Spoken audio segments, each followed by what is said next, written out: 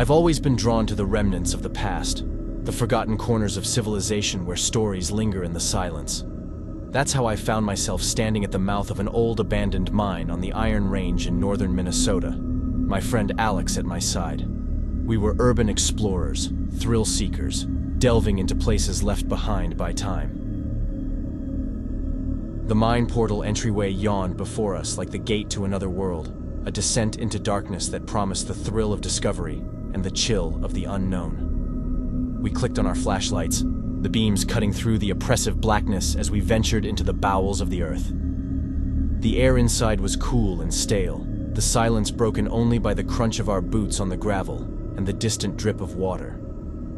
We made our way through the labyrinth of tunnels, marveling at the skeletal remains of mining equipment, the walls scarred by the endeavors of those who once toiled here.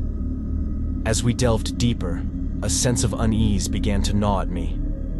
The oppressive darkness seemed to press in from all sides, and I couldn't shake the feeling that we were not alone. Alex, ever the intrepid explorer, pressed on, his enthusiasm undimmed by the creeping dread that had taken hold of me. It happened suddenly. A side tunnel collapsed behind us with a deafening roar, a cloud of dust billowing out and enveloping me.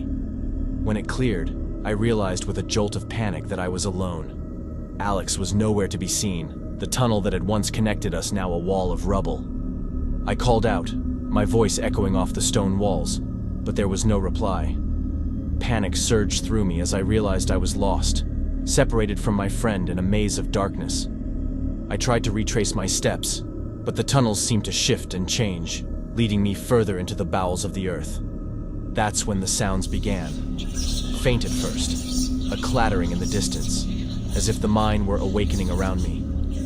The sound grew closer, a cacophony of whispers and wails that seemed to emanate from the very walls. I spun around, my flashlight sweeping the darkness, but there was nothing. Then I saw it, a shadow, darker than the surrounding gloom, a shape that seemed almost human but twisted, wrong. It flitted at the edges of my vision, always just out of sight, a presence that watched, waited. I could feel its gaze upon me, a weight that pressed down, suffocating. I ran. The sounds chased me, a symphony of despair that seemed to echo the anguish of the mine's long-dead workers, their voices rising in a crescendo of sorrow and rage. The shadow followed, always there, always just behind me, its presence a palpable force that drove me to the brink of madness. The tunnels became a blur, my breath ragged in my ears, the beam of my flashlight bouncing off the walls as I stumbled through the darkness. And then, when I thought I could go no further, when the terror and exhaustion threatened to overwhelm me, I saw a light. Not the artificial beam of a flashlight, but the soft, natural glow of daylight. I emerged from the mine's mouth gasping, the fresh air like a balm to my lungs. I collapsed to the ground, the light of the setting sun warming my face, grounding me in the reality of the outside world. Sadly, I never saw Alex again. The search teams found no sign of him, no trace in the twisted tunnels of the mine. They said I was lucky to have found my way out, that the mine was a maze that could have easily claimed me as well. But I know I didn't find my way out on my own. Something led me to the light, something that wasn't the malevolent presence I had felt in the depths. I can't explain what I experienced in that mine. The sounds, the shadow, the overwhelming sense of dread. Nor can I explain the feeling of being guided to safety by an unseen force, a presence that was as benevolent as the other was malevolent.